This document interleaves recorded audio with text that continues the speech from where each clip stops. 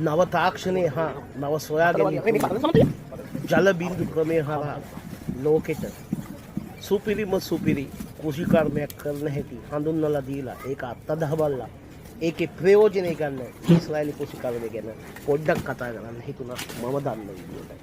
ඉතින් ලෝකෙට ජල බින්දු ක්‍රමය හඳුන්වලා දීලා ඔවුන්ට තියෙන සීමිත ජල සම්පතෙන් උපරිම ප්‍රයෝජනය අරගෙන ලෝකෙට යුරෝපෙට ඇමරිකාවට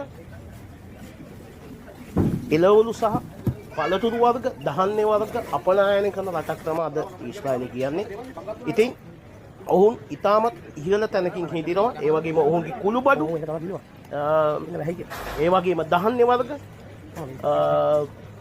විශාල ප්‍රමාණයක් තියෙනවා. ඉතින් ඇත්තටම මේ ධාන්‍ය වර්ගවල තියෙනවා බොහොම ගුණාත්මක ධාන්‍ය වර්ග තියෙනවා.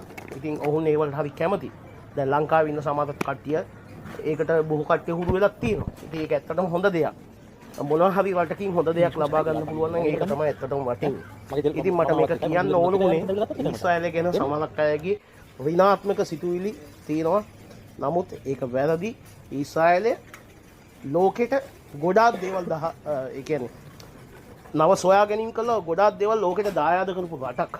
ඇන්ටිබයොටික් එකේ ඉඳන් අපි පාවිච්චි කරන මුදුකාංග එතකොට වෛද්‍ය විද්‍යාවේ ගොඩාක් සොයා ගැනීම කරපු රටක්. ඉතින් ඒ රට ගැන වචනයක් කියන්න ලැබීම මගේ ජීවිතේ භාගයක් කොට සලකනවා. ඉතින් ඊශ්‍රායලය යම් කිසි අර්බුදයක සිටිනවා. ඒක ඔවුන්ගේ පැවැත්ම හා ඔවුන්ගේ අභිමානය රැක ගැනීම පිළිබඳව ගැටලුවක්.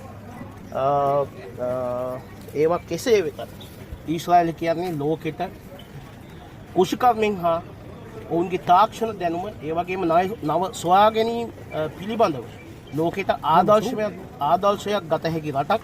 වියලි බිමක වගා කරලා අද ඉහළ තැනක ඉන්නවා.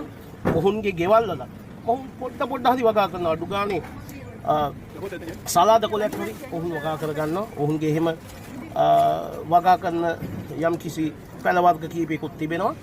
ඉතින් ඒ වගේ විස්තර ඉදිරියටත් ඔබ වෙත ගෙනල්ලා මේ ඊශ්‍රායලය ගැන ඔබට දැනගන්න සලස්වන්න.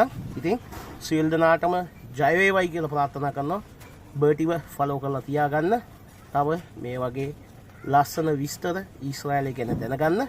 ඉතින් ඊශ්‍රායල් එන්න ඉන්න සියලු දෙනාටත් ඊශ්‍රායලීන් සියලු දෙනාට දෙවියන් වහන්සේගේ ආශිර්වාදයේ ආරක්ෂාව ලැබිලා සියලු විපත් දුරු වෙලා මේ ලෝකෙට සාමය උදා වෙන්න කියලා හදවතින්ම ප්‍රාර්ථනා කරනවා. ඉතින් මේ ජෙරුසලමේ සුපර් මාකට් එකක මම